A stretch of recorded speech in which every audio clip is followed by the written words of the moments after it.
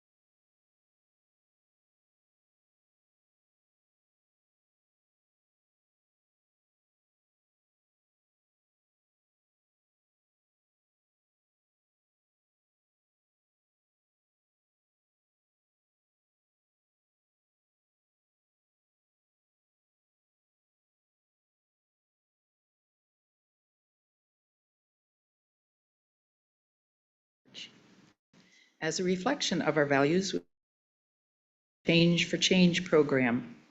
The coins you place in the basket today will support the work of nonprofits in and around the Grand Valley. With gratitude, we will now receive today's offerings.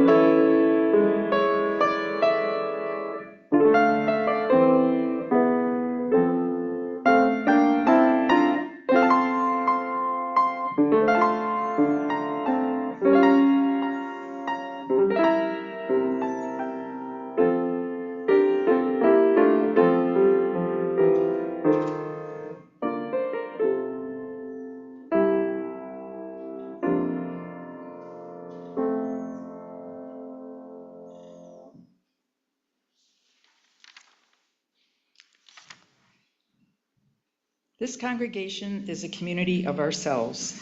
Its energy and resources are our energy and resources. Its wealth is what we share. As we contribute to its life, we affirm our lives within it.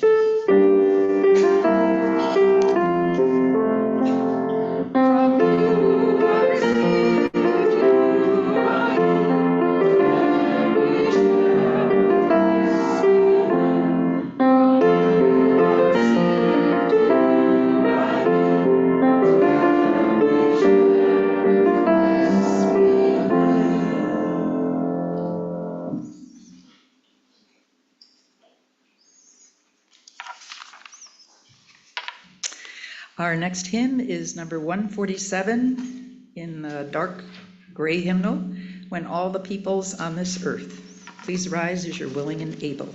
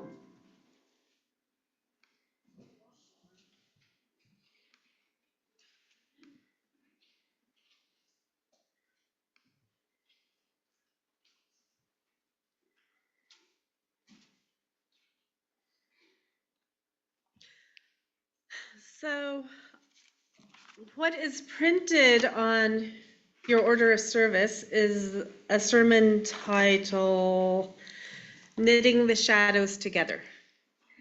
And that was the second sermon title I had, because on Friday before Diane printed it, it was The Spiral of Freedom. And then this morning, the title that I actually have on my sermon that I'm looking at is called I Dissent. And so I've been thinking this week about what it means to be in this world right now, what it means to be an American in this world right now, as we just celebrated the 4th of July weekend, what it means to be a Unitarian Universalist in this world right now, and what it means to be a minister. And so those were all of the thoughts that have been going through my head this week when I was thinking about what I wanted to say this morning in relation to just everything that's going on. And what I've realized, what I came to realize this morning is I really am not political. I don't like to be political. I don't want to be political. I love being a minister. I love standing up here, but I don't like to have to be political. But what I do want to be and choose to be and know that I have to be right now is engaged. And so the question I have for us in the next, I'm going to say 5 months, is what does it mean to be engaged? What does it mean to be engaged as an individual human being? What does it mean to be engaged as an American? What does it mean to be engaged as a Unitarian Universalist? And then what does it mean to be engaged for all of you, regardless of what you are? Some of you are teachers. What does it mean to be engaged as a teacher? Some of you are musicians. What does it mean to be engaged as a musician? Some of us, you are poets. What does it mean to be engaged as a poet? What does it mean to be engaged as an academic? What does it mean to be engaged as a minister? What does it mean to be engaged as a human being? And that's what I want to think about with all of you this morning. We had our care team meeting, like we always do at the beginning of the month, and what I told our care team is I want all of us to look at what can our role be in the next 5 months to be a safe place, a non-anxious presence, a source of groundedness, centeredness, light in a world that feels a little bit shaky right now. And I don't know, maybe not everybody feels a little bit shaky, but every time I've turned on the news this week, I've kind of been a little bit shaky. And so I kind of take the pulse of all of you through my own pulse, because if I'm feeling a little bit anxious, my assumption is that I am not the only person in the room feeling a little bit anxious. And so that was the question I asked the care team, and it's going to be the question I asked the TLC, it's going to be the question I asked the board, it's going to be the question I asked the worship team, it's going to be the question I asked the choir. And it's the question I ask all of you who are in this space with me today, is what are we going to do individually, collectively, and in our various roles to be a safe, non-anxious presence? The answer may be different for everybody. The care team talked about, well, maybe we will host some conversations about what it means to be living in this world sort of filled with anxiety. And they also came up with where we feel grounded and beautiful is through gardens. So the care team is going to start hosting some garden parties. And we have an amazing music program. What can we do through music to bring a sense of peace and calm? What can I do with my words to bring a sense of peace and calm? Who do we want to be? And so that is what I've been thinking about this week. And I came across a few books recently that I think offer some guidance. I love books because if you think about it, books are simply portals into a different reality. And when I'm feeling a little bit anxious about the reality I'm in, I love it when I can find a portal that will take me to a different paradigm or a different way to think about something. And so I have a few books that I'm going to recommend for us, for those who want to be engaged. One of the classics about what to do when you are just feeling, when you need to feel like there needs to be hope and there needs to be strength outside of what we're seeing. Very classic is Howard Thurman, Jesus and the Disinherited.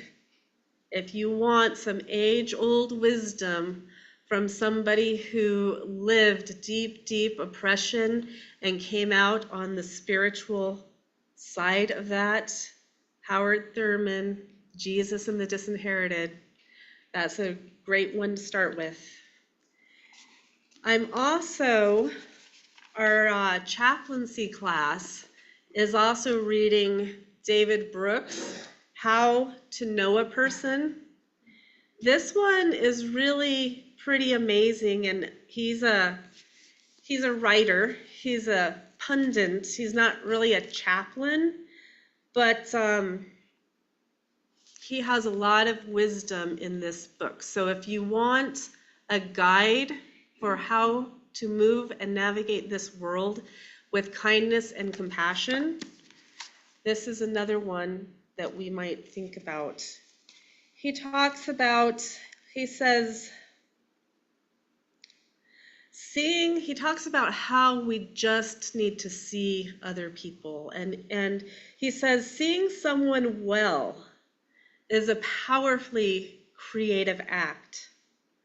No one can fully appreciate their own beauty and strength unless those things are mirrored back to them in the mind of another. There is something in being seen that brings forth growth. If you beam the light of your attention on me, I blossom. If you see great potential in me, I will probably come to see great potential in myself. If you can understand my frailties and sympathize with me when life treats me harshly, then I am more likely to have the strength to weather the storms of life. The roots of resilience, the psychologist Diana Fasha writes, are to be found in the sense of being understood and existing in the mind and heart of a loving, attuned, and self-possessed other. That's just one paragraph from this book. So if you want some wisdom, guidance, and some hope, check out this book. And maybe one of the things that we can do is turn this into a book conversation. The third book that came across my realm this week was The Power of the Crone by Clarissa Pinkola Estes. And she became famous years ago for writing Women Who Run with Wolves. But she has this, I don't know actually how new this is, it's new in my land, The Power of the Crone. And if you listen to it on audiobook. She is the one reading it. And it's really beautiful. It's just stories about what it means to be elders in our society. And when I look out at this congregation, we have a few young people here, but mostly we are a congregation of elders. And with age comes perspective, comes wisdom, comes a different understanding of that spiral of life. And so my invitation for us is this congregation, this mostly congregation of elders, is what is our role in this valley in the next 5 months? Where is our wisdom? Where is our voice? Where is our guidance that has come from lived experience for the generations who are coming up behind us? It can get kind of scary, or I can't think of the word, but it can be kind of scary when you look around and think, okay, our systems are crumbling, or the safety nets that we used to have don't seem to be here. Or I'm thinking in the next few months, once again, for those of you that have lived here for the last few years, we're going to see some big trucks with Confederate flags and vulgar statements going up and down this valley, because that is what fear does. And this is where I invite us to get engaged right now. What are we going to do to counter that anxiety, to counter that fear, to be that wise elder presence in this valley when some of the younger macho masculine people who are our neighbors, maybe some of our family members, are driving around spewing fear? Because that's what they're doing. They're just spewing fear. And that's their language right now. But that doesn't have to be our language. And so the invitation is, how do we engage? So in The Power of the Crone, Clarissa tells this story about this, when she was a little girl, there was a neighbor down the street. She considered him old at the time. She said he was probably 50, and then she laughed at herself and was like, it's all relative now that she's beyond that. But he was kind of this angry man, and she was talking about this beautiful maple tree, and every spring at the root of this maple tree would be all of these new little sprouts and these little shoots of new growth. And every year, for many years, he would come out with his little hatchet and chop off all the little new growth. And it was like his mission to not let those new sprouts happen. And then the neighbors noticed, one year, all of a sudden, he wasn't out there with the new sprouts, chopping off the new sprouts and the new growth. And they thought maybe something had happened to him. And so they went to check on him, and she tells the story much better than I do. But basically what had happened was that he had fallen in love. He hadn't died or he wasn't sick. He had fallen in love. And she tells the story about the person that became his beloved. She just started by bringing him food occasionally, because that's what they did in their culture. She would bring him food. And then she ended up sitting and eating with him. And then they kind of fell in love. and he changed. And his war against that maple tree dissipated and went away. And I love that story in relation to what David Brooks says, in relation to who we are thinking about being. We can return anger with anger. We can return fear with fear.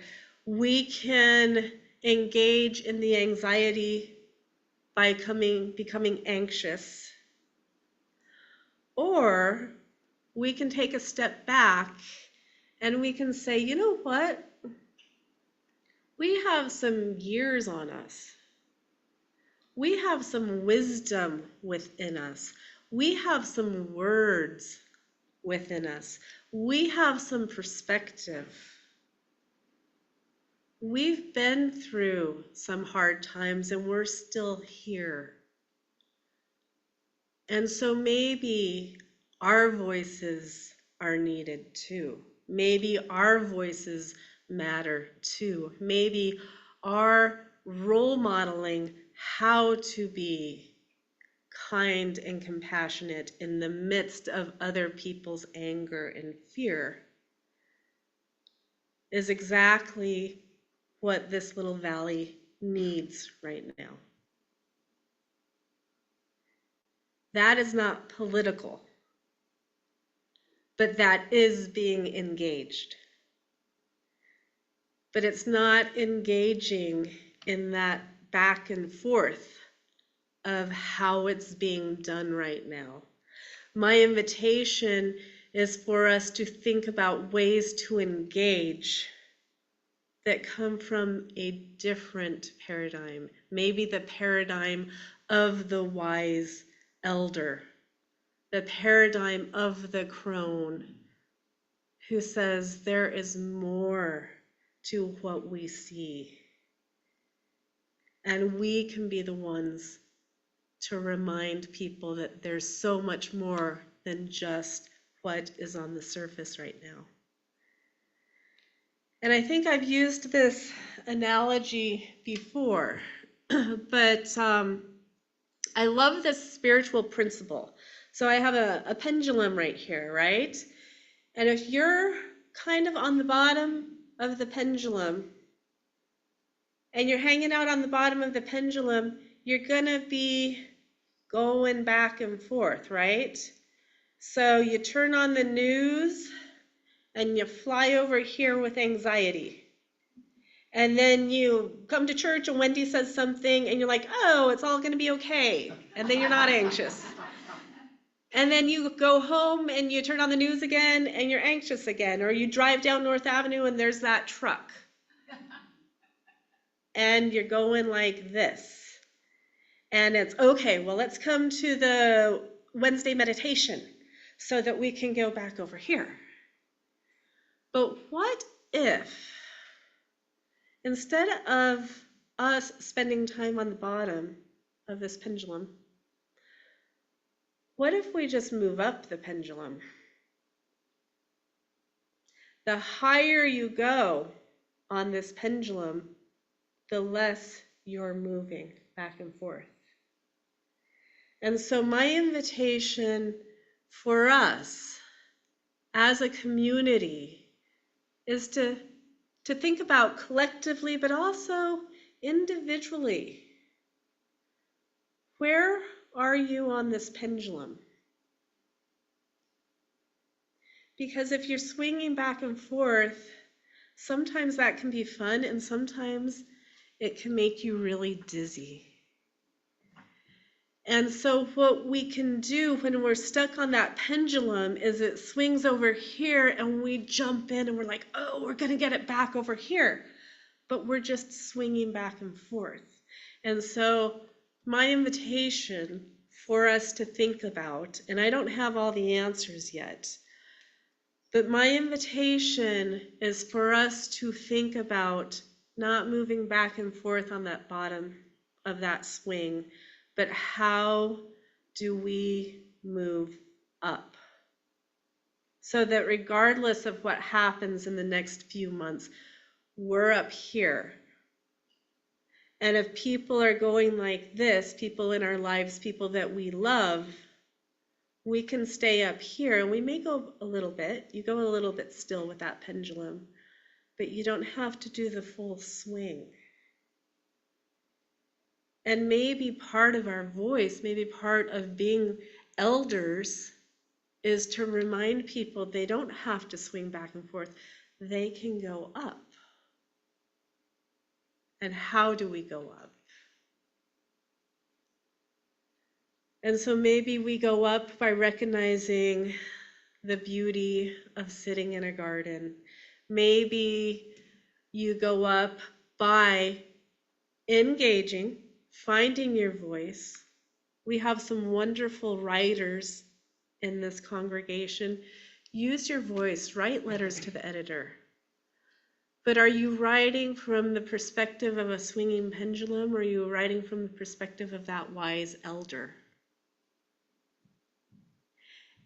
And when you're coming from that perspective, for a while, it may appear that nothing externally is changing. Because what that wise perspective is changing things internally first. Changing things sort of on that spiritual level first. Becoming that source of calm within ourselves, then within this little community, then it expands out, and then it starts to show up in our day-to-day life. But just because there is a lag time between what you're experiencing internally and what you see around you doesn't mean that deep work isn't being done. And I think that that's what it means to become the wise elder in a society. That's what it means to become the crone. It means that you understand that the external and the internal are inversed, and the real work is done inside. So that is where I find hope. And that is where I invite you to join me with the hope. I don't have the time or the energy or the desire to swing on this pendulum like I did 4 years ago. That doesn't mean I'm not going to be engaged. It just means that I understand that what is needed is much more important than what poll results are for an election. What we're needing to change, what we're trying to change, is how we are as human beings. And that's what the role, I think, of a faith community is. And that's what it means to be engaged. And part of that engagement is action, and it is movement, and it's not sitting on the sidelines. I'm not saying that. But it's a different level of engagements. And so I was thinking about this week when, I would turn on the TV and I would think, oh, what am I going to do? And I just need to get up on Sunday and say everything's going to be okay. But I'm not wanting to say, oh, everything's just going to be okay, right? That's kind of happy and shallow and, that's not what I mean. But what I do want to say to everybody, and I do mean, everything is going to be okay. I'm going to say that again. Everything is going to be okay. Because it's okay from a much broader, wiser, deeper perspective. And if we can get into that paradigm, that mindset, we really are going to be okay. And so what I'm planning to do is I'm planning to stand up here Sunday after Sunday, probably not every Sunday, but I'm going to do the work that I need to do to have the words to articulate to all of you to be the non-anxious presence that I need to be so that you can be the non-anxious presence that you need to be, so that we individually and collectively can find our voice and find our power. And that is how we know that we're going to be okay.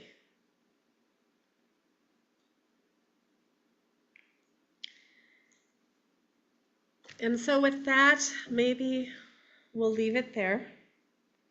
And why don't we sing together number 155, Circle Round for Freedom.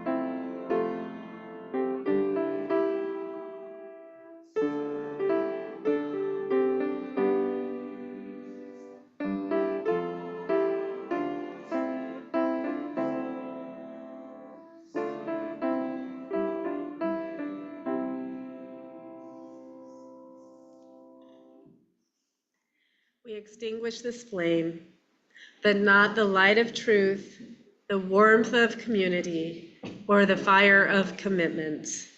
These we carry in our hearts until we are together again.